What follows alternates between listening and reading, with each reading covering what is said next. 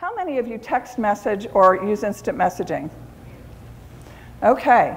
Who text messages the most number of people? Shout out a number. How many? How many? Typically. Shout out a number. 40 or 50? 40 or 50? And could I ask what generation you identify with? Generation Y? Well, I'm here to tell you. And how many, anyone here, can you beat 40 or 50? Okay, how many? 2,500 a month. 2,500 a month. All right, he does get the prize. He does get the prize. I will tell you that for Generation Y, no, individual people? Yeah. 75. 75? I will tell you that on average for Generation Y, the number is 150. Who has teenagers here? How many people are they in contact with? How many? Average is 400 to 500. So you know that old adage, if you have a good experience buying something, you tell 3 people. If you have a bad experience, you tell 7 to 10. No, no, no. They have their team. They tell everyone instantly if they have a bad interview, if they have a bad day at work, if they have a good interview, if they have a good day at work. Everything is being sent out into the ether. It becomes your employment brand. So, something to keep in mind. And it really does happen. Okay, you know, when it comes to technology, we know that the younger you are, the more you need it just to breathe.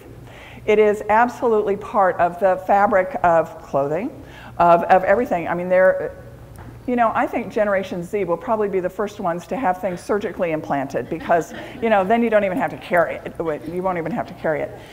But I think one of the most important things about this particular column of information is work style and work style differences. And again, we're getting into something that's a motivator.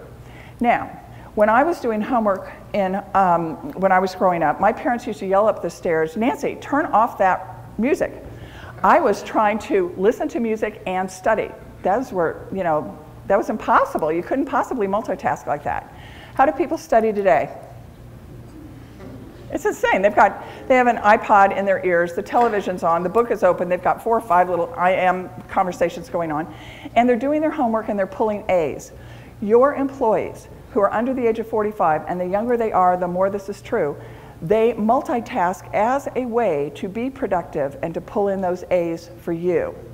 If you take away their technology or tell them they can't multitask, they'll walk out the door. They will shut down. It is how they are productive. It is not how I'm productive, but it's how they're productive. So again, this is a very important motivator. When it comes to work style, you know the Nike saying, "Just do it." I think it was really invented by a veteran. They are a real get-her-done kind of generation. For baby boomers, we are all about work. We live to work. For Xers, they work to live. For Ys, they want to fit it in to the rest of their life. Okay, we're only going to look at 2 columns on this next one. I'd like you to look to the left and to the column that's headed with dedication. You know, when it comes to values, the different generations do value different things, but these are all things that you can work with. The veteran generation is all about self-sacrifice. When the veterans went to war in World War II, thank goodness they were all about self-sacrifice, or we would not be here. Veterans will sacrifice self for family, for church, for community, for employer, for country. And that's just how they're wired. You know, they're going to take the smallest donut or none at all. You have it, sweetie. Baby boomers, we're all about work. And if you think we're not, then try to go up to somebody who you don't know, stick out your hand, and introduce yourself. And listen to the next 5 things that come out of your mind, out of your mouth. What do you do? Oh, where do you do it? Oh, where's that located? I know somebody in your industry. Do you know this person? We ask 5 to 7 questions about work. We are all about work. Now, an Xer comes up, introduces himself. It takes until question 5, 6, or 7 for them to get around to work because they've got so many other things that they're going to ask you about. So they are all about balance. Xers are all about balance and the 3 life areas where they want to excel. For Generation Y, they are about balance, but with that, they're about improving the community and improving the environment. They really do want to make their world a better place. And as employers, anything you can do to showcase what you are doing and what your employees are doing, even on their own, out in the community, you want that on your website. What is happening in your organization to make a difference? How are you green? What is happening to make the community a better place? That's going to be a great attractor. Now let's look at the column that says delayed reward at the top. Because again, we're looking at motivators for the different generations.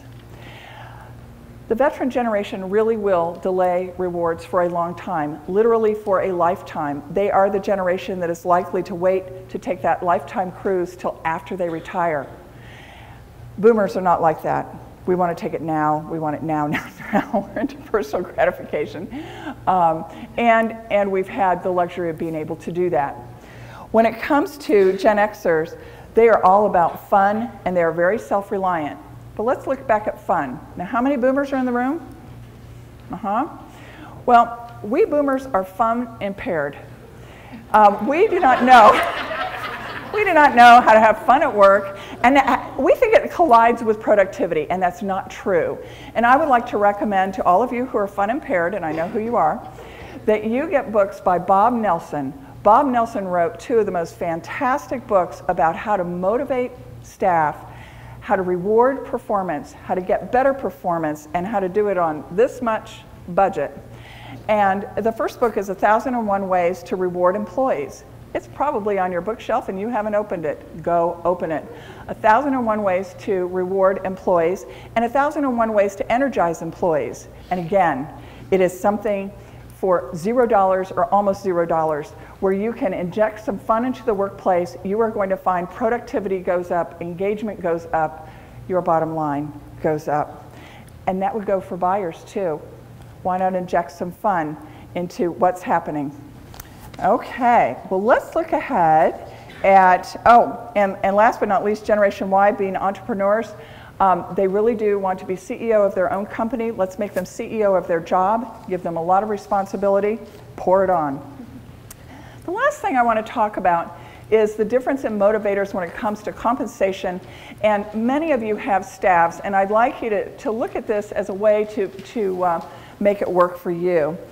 In July, a very interesting study was conducted that looked at salespeople in all different functions at different levels, including sales management, and 78% of them were exceeding their goals. So that's what we want our people to do, right?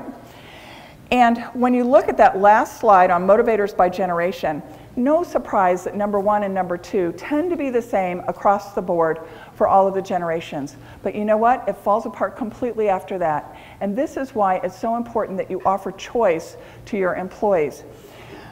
Number 3 for boomers is enhanced retirement benefits.